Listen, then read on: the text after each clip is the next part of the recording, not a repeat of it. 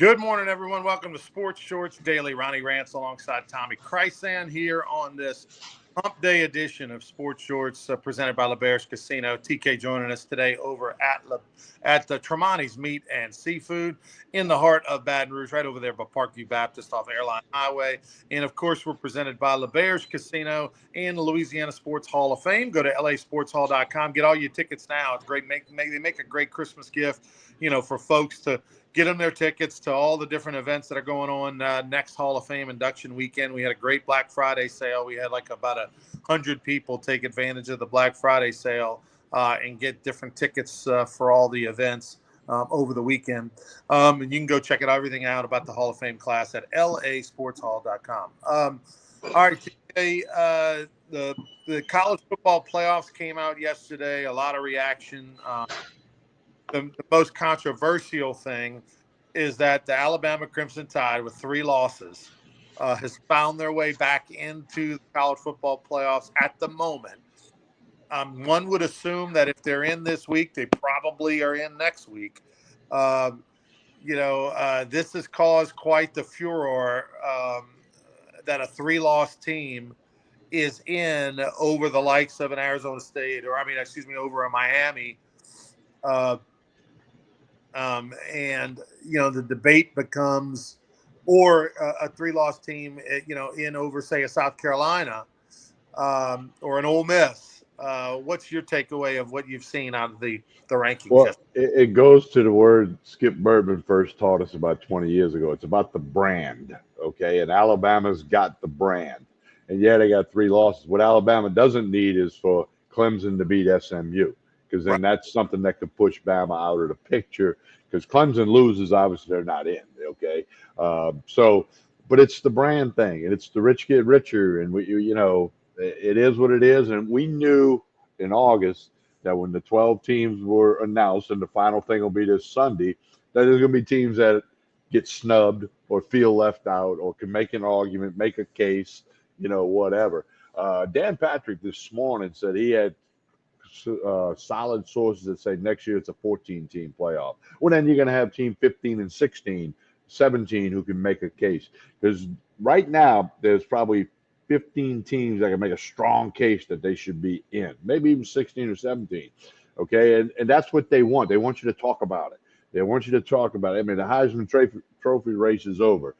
Travis Hunter is going to win the Heisman. So now they want you to talk about this. The release last night, all these conference championship games, which we got 3 teams from Louisiana playing in. None of those will be in the playoff, but this is exactly what you want. The oldest saying in Hollywood, I don't care what you say about me, just say something. Well, college football is getting talked about. And Ronnie, we're getting closer to a carbon copy of the NFL model. 32 team super conference, 8 divisions of 4 teams, just the NFL model. And then that'll be something that I think is here in less than 5 years. And, somebody says, well, they got contract. Contracts can be torn up and rewritten. 25 years ago, they moved the Super Bowl by a week in New Orleans because of the 9/11 thing. So, I mean, anything can be changed, and it's all about the money, follow the money. And now, we went from a 2-team playoff to 4 to 12, and the amount of money involved mind-boggling. All these schools need the money now because of NIL, coaching contracts. I mean, it's money, money, money. A few thoughts. One, I hope they don't limit the super conference to just 32 teams. I hope it ends up being a bigger number, because I think what this year proved was when you go to these super conferences like the SEC and the Big Ten have done, it's harder to run the table and go undefeated. It's hard to run the table and only have 1 loss. I mean, we've seen probably more 2-loss teams this year from teams you wouldn't expect to have 2 losses. All in the same year than probably any year in recent memory, because when you're playing week in and week out against good quality opponents and you don't have those big lulls, those that's a win, oh, here's a hard one, when it's hard every week. Obviously there's different levels of how tough the games are, but it's just, you can't win every one when you play the schedule like that. And now we're seeing the SMUs coming over to ACC. We're seeing Arizona State. We're seeing Oregon go to the Big Ten. We're seeing these other conferences get absorbed into these mega conferences and have success. And the only way you're going to be able to tell if they truly are worthy is if you lump them all together and you give out some schedules that are somewhat similar and somewhat equal in strength of schedule. And so I do hope that power super conference, which I do agree with you, is going to happen one day and sooner rather than later, that it's not just limited to 32, because I do believe that number should be more like 50, in order to read. Or you could do 64 and have a east of the Mississippi River, west of the Mississippi River, or figure out some dividing line or boundary. And then you got 64, which, NCAA basketball was 64 for so long. College World Series is 64. So, I mean, maybe you find that number. And again, it's going to happen due to money, television, internet, streaming, and betting. The whole betting world helps fuel all this as well. So, yeah, it's going to be interesting to see how it all unfolds and how it plays out.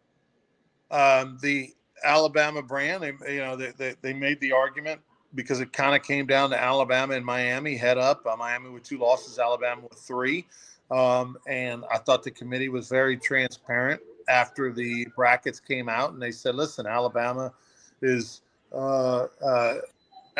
what, I think they were 3-1, ranked 3-1 against ranked teams in the top 5 or something like that. And Miami was 0-1, and Alabama was had a much better record against teams with over 500 than Alabama did, and than Miami did. And so, right there, they didn't hide behind some talk or make it vague. They pretty much gave you the 2 stats that said, yeah. That justifies one going in over another. They've had a tougher schedule and they've had more success. Is that fair to Miami? I don't know what's fair, but would Miami and Alabama play and it would be a lock of the week that Alabama would win? No, but if you're trying to decide between 2 teams, the stats are there based on the fact that they played a tougher schedule and have had success. And were their losses bad or worse? Yeah, I would say losing to a 6-6 Vandy team and a 6-6 Oklahoma team, both of those games, by the way, on the road, is worse than you losing to Georgia Tech and a 9-win Syracuse team, and a Georgia Tech team that probably woulda, coulda, shoulda beat Georgia. So, and has a better record than Oklahoma and Vandy. So, yeah, I think Miami's got a case to be made, but I think at the end of the day, the committee would prefer to have Alabama in and had a justified reason to put them in. Well, and the other thing you get into is the same thing in basketball and baseball. Is it the body of work? Is it who's hot lately? South Carolina's been hot lately. So should that put them in? Although they got some stubbed their toes several times. So you get into all of that, okay? But I think the brand of Bama, in this case, plays a role in the decision. It's human beings that are ranking this. It's human beings that are picking this. And, it's probably a tough job to be on that committee, just like it's a tough job to be on the Louisiana Sports Hall of Fame committee and try to determine who should be in Natchitoches in the Hall of Fame. It's subjective and it's very tough to do. And you try to be fair. You try to do this, try to do that. But look, there's going to be 2, 3, 4 football teams next Sunday evening. They're going to be saying, how come we're not there? Just like Georgia last year, where they got left out of the 4-team playoff. They had pretty good argument why they should have been in there, but they weren't. It's life. And it goes back to, in basketball, they now got 68 teams. It's kind of easy to tell the 69th and 70th team, look, forget it. You're 69th in the country, as opposed to football with this 13th team Sunday evening or 14th team. And then, the whole Alabama brand thing and body of work, who got hot lately, who's got the worst loss, who's got the best win. What about Indiana? They could get left out. And they're 11-1 if you just look at, but you can't look at just the record. Ward Manuel, by the way, you're a Holy Cross alum. You got to show some love for the head of the playoff committee. Well, he went to Brother Martin. He was outstanding defensive lineman who then played football at Michigan. New Orleans guy, still loves New Orleans. He's there a lot from what I understand. I've never met Ward Manuel. Worked as an AD at University of Buffalo, UConn, been the AD at Michigan for many years now. And the whole Harbaugh thing, he was the AD with all of that, the spy gate, the whatever they were doing. And he's the chairman of that committee. And I saw clips of his comments last night after the rankings came out. And it's a tough job, but I know a lot of people in New Orleans who do know him who say he's a sharp dude and he's like a real guy. And he's a good one to be in the position that he's in. You mentioned a little hoops a minute ago. LSU men's basketball with a big win last night over a Brandon team. They've now got a couple wins against Big 12 teams, a win against an ACC team in Florida State last night where they're 1-6 trailing at halftime. Seems like that's a broken record when they're at home. They trail who they play. They second half won by 10. How about the SEC ACC Challenge? It wasn't that long ago that the ACC was the best basketball conference in like pretty much. SEC play We're losing your video, your audio. We're losing your audio. the only one was last night. The only loss in the SEC ACC Challenge last night was Kentucky on the road, fourth-ranked Kentucky on the road to an unranked Clemson. They lose, but the SEC goes 9-1. So dominant performance by the SEC against the ACC in hoops. Big for Coach McMahon and his squad. LSU women's hoops at home tonight against a very good Stanford. But tomorrow night, Thursday night, against a very good Stanford team who, of course, the Stanford team, they lost their Hall of Fame coach who retired. And then, of course, they had a first-round pick, a couple first-round picks last year that aren't on their squad, but they're still a very good team, only one loss on the season. But that's an opportunity for LSU to take on a big-time opponent in the PMAC. There was a good crowd last night for the men. I know Kim Mulkey's been all over the place trying to promote the Pack the PMAC on Thursday night.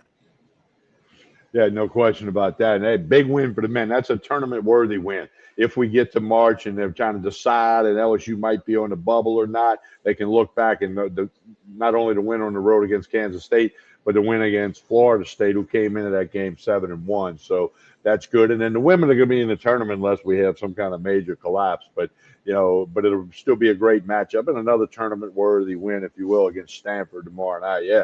That's part of the world changing, the ACC and the SEC Challenge, and the SEC going 9-1. It just means more, Ron. Tulane in action Friday night against Army. They find themselves, I think, a 5-point favorite. That's correct, 5. Yeah, point favorite in that one, in the championship of their conference, and then the Raging Cajuns and the Southern Jaguars are the favorite. Raging Cajuns favored at home. Southern a dog against Jackson State. In their matchup in the SWAC championship. I was surprised. How bad are the New York Giants that the Saints are a 4.5-point favorite on the road with no Taysom Hill, only put up 14 points at home against the Rams. We know the Giants have moved on from Jones, their quarterback. They released him. He's already been picked up by the Vikings to back up Dalton, which is funny. Both former Jets and the Giant quarterbacks are over there in Minnesota. But it's unbelievable how bad the Giants must be if the Saints are in a 4.5-point favorite. Well, it's tough to be a Saints fan with everything that's transpired. It might be tougher to be a Giants and a Jets fan up there in the city, New York, New Jersey, wherever the heck they are. So it's tough, and hopefully, the Saints might have a little juice to go win one for Taysom Hill, who's out for the year, and it may be done career-wise. He's 34. Right. He'd be 35 years old when the season starts next year. And, I don't know. We'll wait and see on that. But, yeah, the Giants must be pretty bad. But the NFL's got a lot of storylines. And right now the focus is college football playoff and this, that, and the other. But the NFL's got plenty going on that'll all play out this month. Yeah, ACL injury for Taysom Hill. Listen, if there was ever a guy, I'm not counting him out. I mean, the guy has battled injuries throughout his entire career, particularly well documented in college. He had devastating injuries every year in college. And he's a tough guy. And nowadays, the way medicine and rehab is so much elevated than it ever was before. But he may not, if he does come back a year from now, will he be with the Saints? Will he be the same player that he was? All that kind of stuff. So, it's a sad deal because clearly Taysom Hill, when healthy, is one of the best NFL football players in the league, and he's a fan favorite. And there's no one like him, and all the accolades, and he makes a difference, wins and losses. I mean, he is the Saints with Taysom Hill healthy in their lineup is a different team than when he's not there. It's clear and obvious. And they've got no shot without him down the stretch. They'd have to run the table and win 5 in a row. That's not going to happen. And it's just a shame because hopefully his last game as a New Orleans Saint, our last vision of him isn't riding off on a cart and waving to the crowd. Signing day coming up for LSU and NCAA, football across the board. A familiar name going to be a Tiger. Yeah, J.D. LaFleur, David LaFleur, who played in the mid-'90s. Right after you, I want to say, David was at LSU and then long career in the NFL. His son, 6'6", 240, out of Sulphur, Louisiana, signed this morning with the Tigers. Ronnie, I was thinking about it this morning when I read that he signed. And you can remember this, how many times we were at the casino or the River Center for signing day, when that used to be the biggest thing. You had a radio row, you had, all 20 of us that did radio, did that live. People took a day of vacation to go to the signing day, the bash, the Gridiron Club. I mean, and that's all changed, obviously. But it's a big day. I'm not saying Brian Kelly's on the hot seat, but people are watching. What's this signing class going to do? What's the transfer portal going to do? What will happen to Nussmeier? Will Campbell declared for the draft. He's gone. Some people were hoping he'd come around and maybe eliminate some of the false starts, like he had like 50 of them this year. But he has said, thank you, LSU. I'm heading to the draft. The glory days of Ragu sitting near the fax machine, waiting for the papers to come through so that they could yell and scream. Those were the good old days for sure. And David LaFleur, 2 years younger than me, he and I went to the LSU football camp together. We were at LSU for a year together, and I played against him in high school. He in basketball and had a pretty good game. He was a sophomore, I was a senior. Had a double against him. He was at Westlake High School in Sulphur. His son's over at Westlake High School right there in suburb of Lake Charles, but in Westlake, Louisiana. But his son, a little bit of a project. He's not quite the player his dad was, but he's a big, large human like his dad was. And his dad went on to be a first-round pick of the Cowboys and played a while, so was a real good player in the NFL. I don't know that JD is that kind of player, but it's exciting to see his son, and we'll see, the development. Probably a redshirt guy who, will he play tight end? Will he play on the offensive line? Because he'll have the frame to get bigger if in fact he chooses to. Look, not that Brian Kelly is on the hot seat. He's not. LSU doesn't have the money to buy him out, even if they wanted to. So don't even allow yourself to think about that. But this recruiting class, which was a top 3 recruiting class in the country, is disintegrating as we speak. And it is going to be a very interesting time to see what they do in the portal, what they do in the class. I think they're going to have to hit a home run in the portal, and the expectation for LSU, Tommy, is to be a top 10 recruiting class. When all's said and done, between high school and portal, you should be top 10 in the country.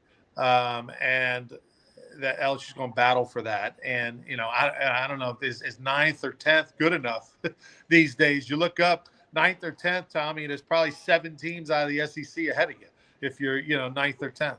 Well, you almost got to look at, are you 9th or 10th, but where are you in the SEC? Right. You could be 9th in the country, but if you're 5th in the SEC, it may not play out well. But no, it's an important time for LSU football. And I think they got to get an answer from Garrett Nussmeier. And they don't have to, nobody has to say the answer if they don't want to say it yet. Because if Nussmeier is not coming back, you might have to try to hit a home run in the portal with a quarterback. There's a bunch of them around the country that have already said they're going in the portal. And I don't know enough about them as players, but the staff will have to figure that out. Because you're going to have a quarterback. You have to have a quarterback that can run unless Nussmeier says, hey, I'm going to come back. A couple of things to hit on. One, Travis Hunter, you think it's a lock for the Heisman? Done deal. I think it's over with. Ashton Jante, the running back from Boise State, is going to finish second. I think you can write them two things down. I don't see that changing, although Boise State's going to play this weekend. Well, if this guy gets 300 yards or scores 5 touchdowns, I don't know. But a lot of them ballots are getting mailed in. We'll have to wait and see. But I think if I had to say it today, or I had to go to the ESPN Bet Sportsbook at LeBear's, and he's the odds-on favorite. Clearly, it's not even he's like minus 14,000 to win, and then Jonte's like plus 350. So I mean, they think it's a done That's deal. lock of the week, Tommy. That's lock of the week.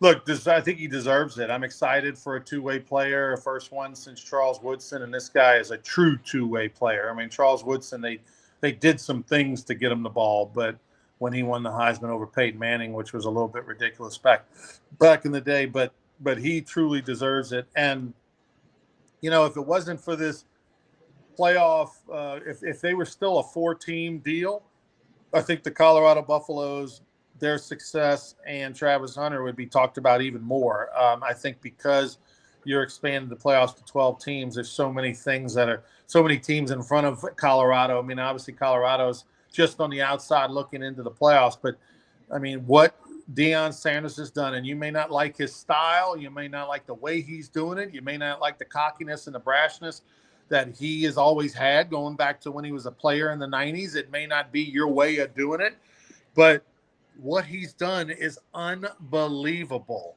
Colorado was dead and buried, and nobody cared, and nobody went to the games, and the brand was a thing of the past from the slash days of the 90s, and all that stuff. And the Rashawn Salam winning the Heisman in the early 90s, like that was the days of Colorado. It was Mork and Mindy, running on the field in the opening of the TV show. Like that's all Colorado was. It was just a hippie school. And now he has made that brand one of the hottest brands in America. The Colorado Buffaloes, the merchandise that is sold around the country, the people knowing where Boulder, Colorado is.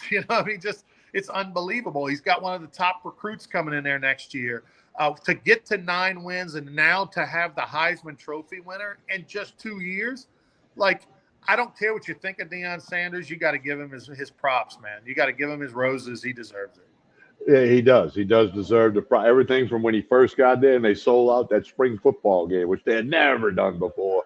And it's just the snowball has just kept getting bigger and bigger and bigger and rolling down the hill with everything for that school, for that athletic department, and obviously for the football team. I mean, it's probably, if you want to take a 3-year snapshot, it's one of the top stories in college sports.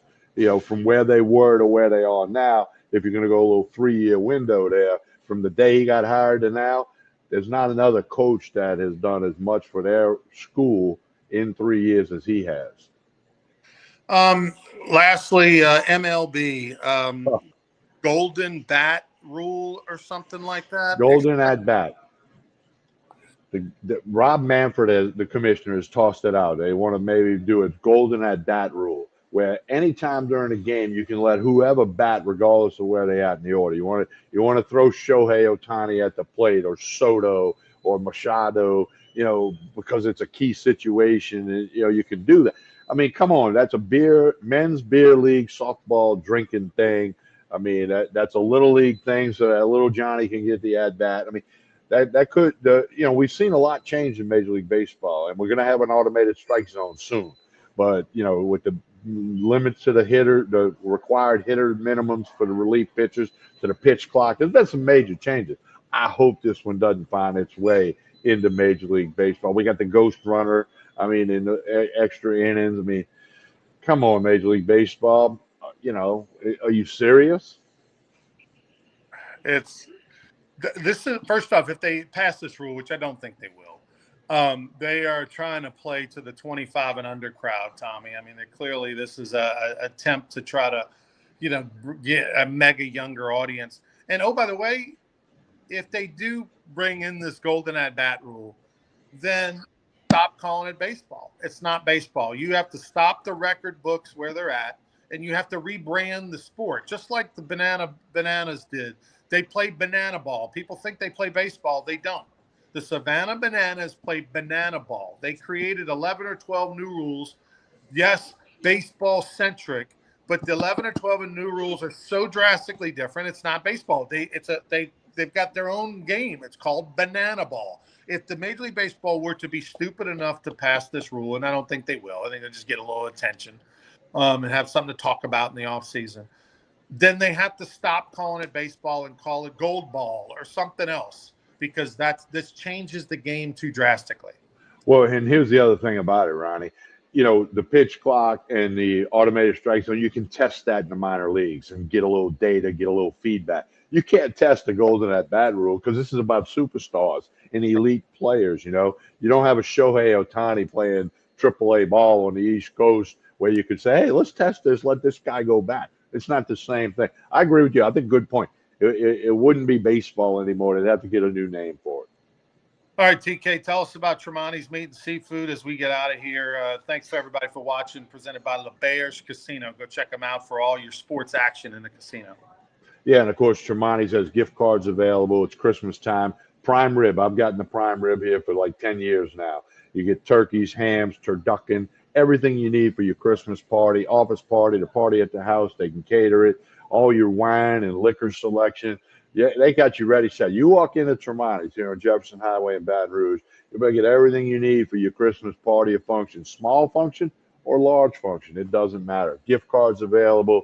Order everything for Christmas. They'll have it all done. They thank everybody that came by at Thanksgiving week, and they moved a lot of turkeys out of here, among other things. So Tremonti's on Jefferson Highway in Baton Rouge. Connect on Facebook and Instagram, and you can keep up with all of that. As Ronnie said, we're presented by LeBear's, where we'll do radio in a couple of weeks. This coming Saturday, we'll do radio at Fat Daddy's in Plaquemine. Fat Daddy's in Plaquemine, one of some of the best sandwiches and barbecue and stuff in the greater Baton Rouge area. We'll do that this Saturday. As we always say, like and share this show. That helps. I don't care if you're watching on YouTube, Facebook, or X. Like and share this show.